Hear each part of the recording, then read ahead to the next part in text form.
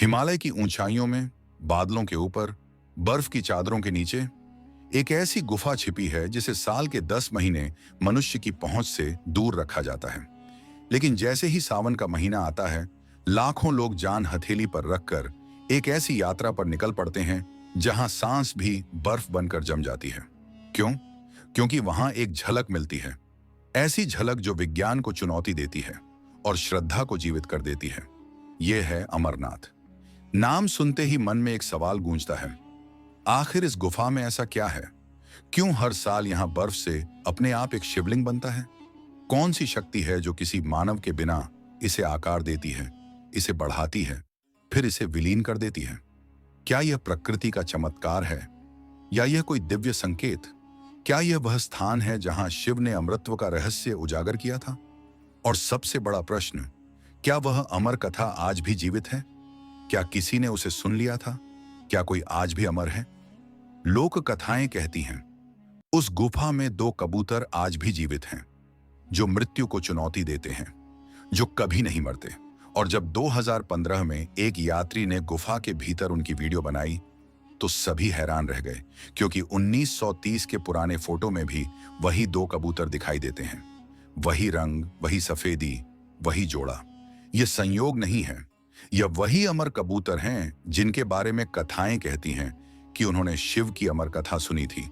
लेकिन गुफा 10 महीनों तक बंद क्यों रहती है? इन महीनों में अंदर क्या होता है? क्यों मानव प्रवेश वर्जित है? और क्या सच में किसी ने गुफा बंद होने से पहले अंदर सीसीटीवी कैमरे लगाए थे?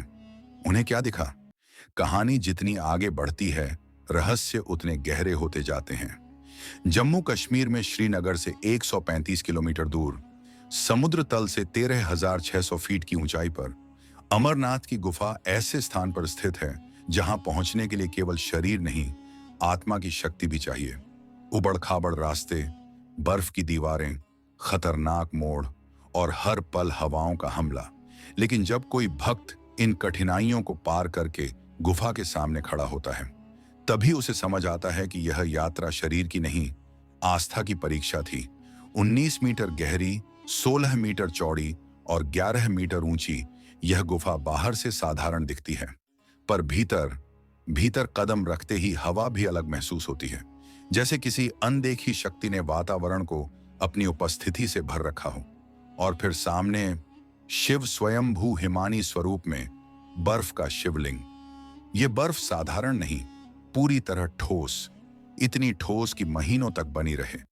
यह शिवलिंग चंद्रमा के बढ़ने के साथ बढ़ता है और चंद्रमा के घटने के साथ छोटा हो जाता है, मानो शिव स्वयं आकर अपनी उपस्थिति दर्ज करा रहे हों। लोगों में यह कहानी प्रचलित है कि 16वीं सदी में बूटा मलिक नामक मुस्लिम चरवाहे ने अमरनाथ की खोज की। लेकिन यह कहानी सिर्फ एक कहानी है, क्योंकि उसके सैकड़ों वर्ष पहले 12वीं सदी में लिखी गई राजतरंगिणी में इसका उल्लेख है। राजा संधिमती यहां आकर शिवलिंग की पूजा करते थे। नीलमत पुराण में भी अमरनाथ का वर्णन मिलता है और भारतीय पुरातत्व विभाग इसे 5000 वर्ष पुराना बताता है। यह इतिहास उस समय का है जब इस्लाम का उदय भी नहीं हुआ था, यानी बूटा मलिक वाली कहानी बाद में फैलाई गई। सच नहीं, अमरनाथ उतना ही प्राचीन है जितनी मानव सभ्यता, और यह धाम शिव के निवास स्थानों में सर्वोच्च माना गया है। एक दिन माता पार्वती ने शिव से पूछा, आप अमर हैं और मैं नश्वर, ऐसा क्यों? शिव मुस्कुराए और बोले, अमरत्व एक कथा में छिपा है, अमर कथा में। लेकिन इस कथा को कोई और नहीं सुन सकता था, केवल पार्वती। इसलिए शिव ने गुफा की ओर चलना शुरू किया और रास्ते में अपने सभी साथियों को छोड़ते गए। नंदी, बेलगाम, आज का पहलगाम, चंद्रमा, चंदनवाड़ी, वासुकी नाग, शेषनाग झील, गणेश, महागणेश पर्वत, 5 तत्व, पंचतरणी। सबसे अंत में शिव गुफा में पहुंचे, जहां पार्वती के साथ एक छोटा सा सुख नामक पक्षी भी मौजूद था। शिव कथा सुनाने लगे। पार्वती बीच बीच में हुंकार भरती रही, लेकिन कुछ देर बाद वह सो गई। पक्षी हुंकार भरने लगा।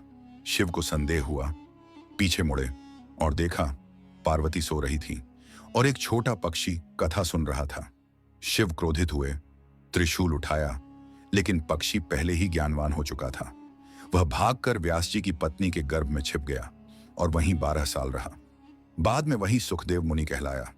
पर उसके अंडे, उनसे निकले 2 चूसे, वे भी अमर हो गए। और वही अमर कबूतर आज भी अमरनाथ की गुफा में मौजूद हैं। गुफा के भीतर 2 सफेद कबूतर हर साल दिखाई देते हैं।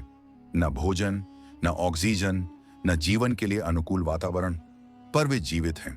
लोग मानते हैं ये शिव पार्वती का ही रूप है, या वही अमर चूजे जो ज्ञान रूपी अमृत को पी गए थे। कई यात्रियों ने उन्हें देखा, कुछ ने उनकी वीडियो बनाई, और एक बात हमेशा समान रही, वे कबूतर उम्र दराज नहीं होते। वे हमेशा एक जैसे अमर दिखाई देते हैं। 250 फीट गहरी, नीले रंग की, बर्फीले पहाड़ों से घिरी शेषनाग झील के बारे में कहा जाता है कि उसमें शेषनाग स्वयं वास करते हैं। हर 24 घंटे में एक बार झील में हलचल होती है, जैसे कोई विशाल शरीर पानी के ऊपर उठ रहा हो।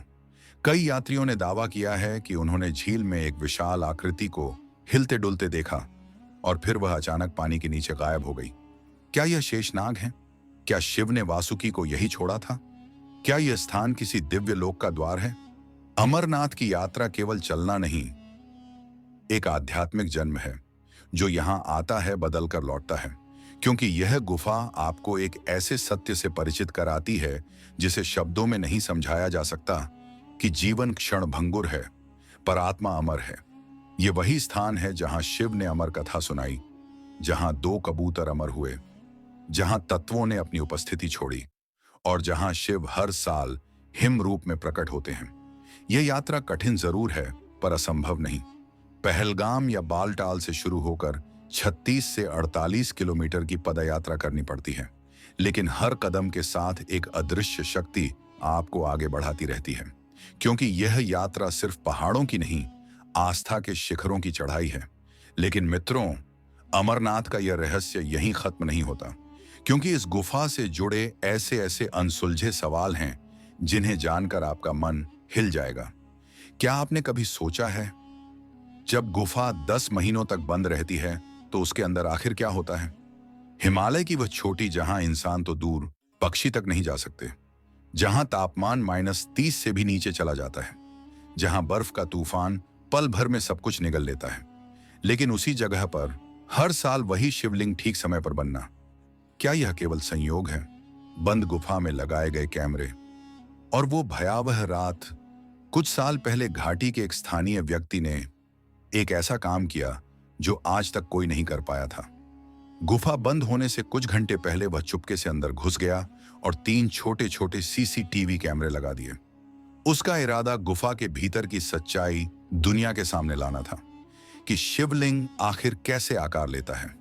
क्या वाकई इसमें कोई दिव्य शक्ति है, या यह सिर्फ हिमालय का एक प्राकृतिक खेल? सब कुछ ठीक चल रहा था, कैमरा चालू हो गया और उसने रिकॉर्डिंग भी शुरू कर दी। लेकिन जो हुआ वह कोई भी सोच नहीं सकता। गुफा बंद होने के अगले ही दिन कैमरे की रिकॉर्डिंग में अचानक एक अजीब नीलापन फैलने लगा, जैसे किसी ने गुफा में ठंडी नीली ज्योति जला दी हो। और फिर कैमरे का दूसरा एंगल दिखाता है कि शिवलिंग की जगह एक तेज प्रकाश का स्तंभ खड़ा है, जो धीरे धीरे धड़क रहा था। इतने धीमे, इतने शांत, लेकिन इतने शक्तिशाली कंपन, जैसे पूरी धरती की चेतना उस प्रकाश में समा गई हो। फिर अचानक रिकॉर्डिंग ब्लैकआउट हो गई। जब कुछ महीनों बाद बर्फ पिघली और वह व्यक्ति कैमरे निकालने अंदर गया, तो तीनों कैमरे पूरी तरह पिघले हुए मिले।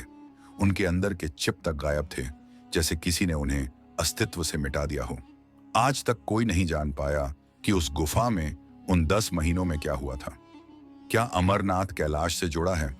शास्त्रों में एक अद्भुत बात कही गई है कि कैलाश पर्वत से जुड़ी कुछ गुफाएं पाताल लोक तक जाती हैं, और कई साधुओं का मानना है कि अमरनाथ उन्हीं गुफाओं में से एक का हिस्सा है। यह गुफा एक ऐसे अदृश्य सुरंग जाल से जुड़ी है जो हिमालय की विभिन्न गुफाओं को कैलाश की ओर मिलाती है।